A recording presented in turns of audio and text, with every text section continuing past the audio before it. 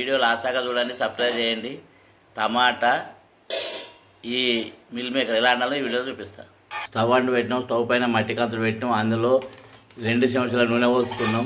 చెంచాలు పోపిత్తు నలిచేసుకోవాలి. ఉల్లిగడ్డలు, పచ్చిమిర్చి దూరగా గోలించుకోవాలి. శనగపప్పు, మినపప్పు చెంచాడు, పెసరపప్పు, పుదీనా, కొత్తిమీర, మెంతి,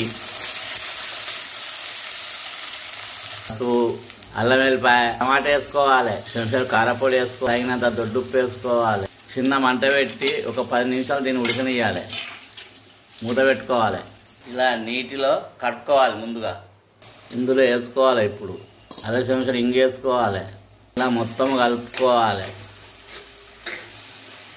ఈ వంట చేసే అమ్మ పేరు శ్యామల. ఈమె కూరలు వెరైటీగా వండుతుంది, చాలా రుచిగా ఉంటాయి. ఇప్పుడు దీనిపైన మూత పెట్టుకొని 10 నిమిషాలు ఉడికించుకోవాలి చిన్న మంటతోటి. కూర రెడీ అయింది. గరం మసాలా, పచ్చి ధనియాల పొడి వేసుకొని కలుపుకోవాలి. కలిపి స్టవ్ ఆఫ్ చేసి దించుకోవాలి.